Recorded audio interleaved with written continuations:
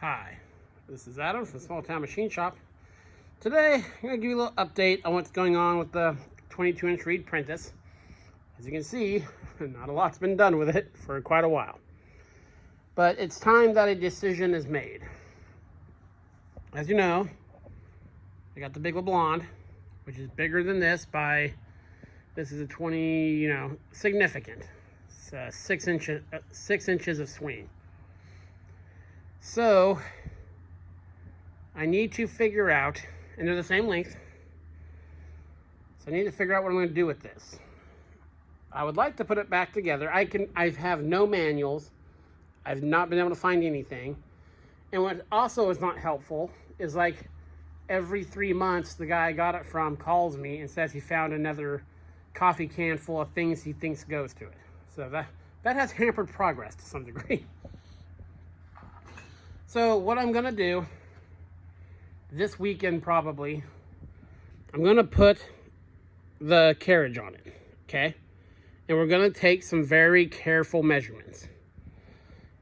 The ways seem in decent shape, but it's an old lathe. It's from the, probably the 50s, I think.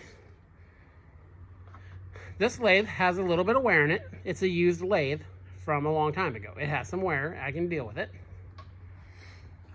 But if this lathe is more wore than that lathe, then it really is hard to justify keeping it around when that lathe can do everything this lathe can do and more. I mean, this one has the gearboxes all rebuilt and everything, so we'll see. Now, there are some things we can do. They're not, I've had some suggestions. Some of them you guys would cringe at probably, but some of them aren't bad. Right here, where the middle legs go, we could put the middle legs back on and we could cut the back end of the lathe off and put riser blocks. If you guys watched my early videos, my Hindi lathe had 6-inch riser blocks on it. We could rise up the tailstock, the thing on the carriage or the compound, and raise this guy up and just make a huge swing lathe. I mean, if I want to do that, I'd make it like a 30-inch swing. I know it is blasphemy to some people to cut your lathe in half, but what I'm hoping is that this is better than this one, or at least about the same, because the chucks do interchange. They got the same spindle taper, spindle there, and they use the same everything in tailstock. So everything I get for one lathe I can use on the other, which is nice for some setups. And the gearbox on this one is amazing. These gears are, there's no sharpness to them or nothing. I mean, that's as clean as much as on practical machinists and stuff, as much as people dog on these reed-prentices, there ain't nothing wrong with them. Nothing whatsoever. But of course, on sites like that, if you don't have a American Pacemaker or a Monarch, everything you have is garbage. So yeah, we'll put the carriage on it. And we'll take some very measurements here in the sweet spot and see how she's looking. And if it's about the same or better than the other one, then I'm going to keep it. Putting it together is going to be not so much a chore. As you can see, I've painted a bunch of the pieces. So I've been doing little work here and there. I've, masked stuff off like this, painted it, and got most of the parts painted except for the lathe main casting itself. And I went through and organized everything as best I could for the parts I have. Thankfully, the carriage and apron assembly and the taper attachment look a lot like the one on the 16-inch reed. So I should be able to kind of copy back and forth, go look at that one. Everything looks really, really similar. So that's going to help. So yeah, we'll probably pick, a day of the week and just make that working on this thing. Because my shop is small.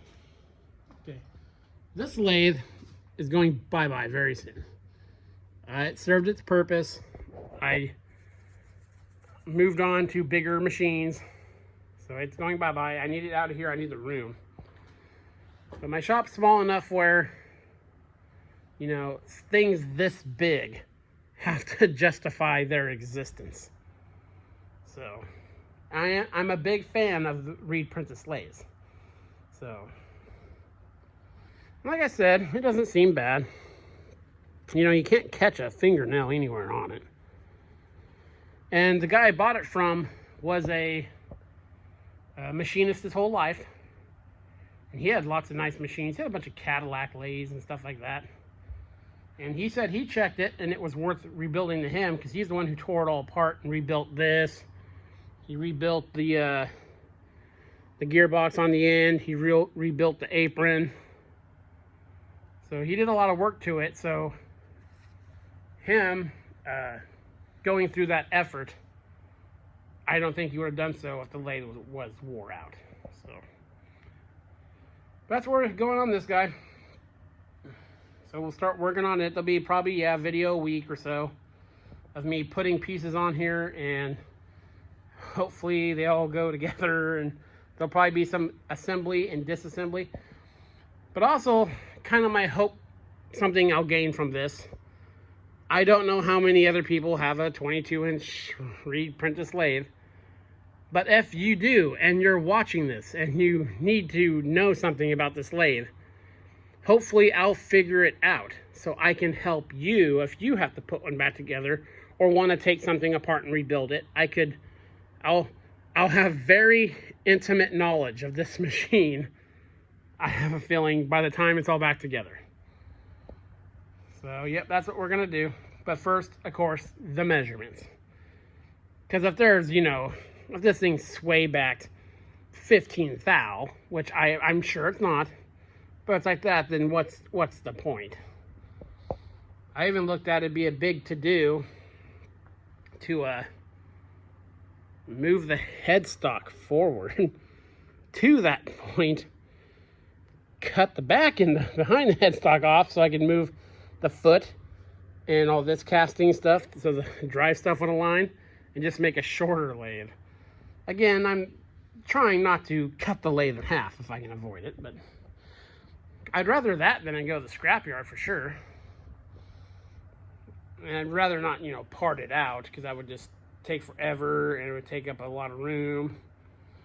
And then I'd forget where stuff goes. And so yeah, that's what we're doing with this guy. So it's Wednesday. There's an auction Friday. I'll know if I got 2 more machines coming in, but they're small. We'll make room for them. And there's another auction Saturday. Well, there's actually 2 auctions Saturday and 1 Friday. So we'll have some cool stuff coming in, hopefully. Yeah, we'll give this, like I said, here pretty quick. We'll put the carriage on it. We'll put dial indicator out and kind of, that's a good thing too about these reed-prentice lathes. I mean, you should see how wide the carriage is on here. It can really, a couple thou wear, it really spreads it out. And again, for the work I do, a little bit of wear is fine. You're going to have to accept a little bit of wear in an old machine. So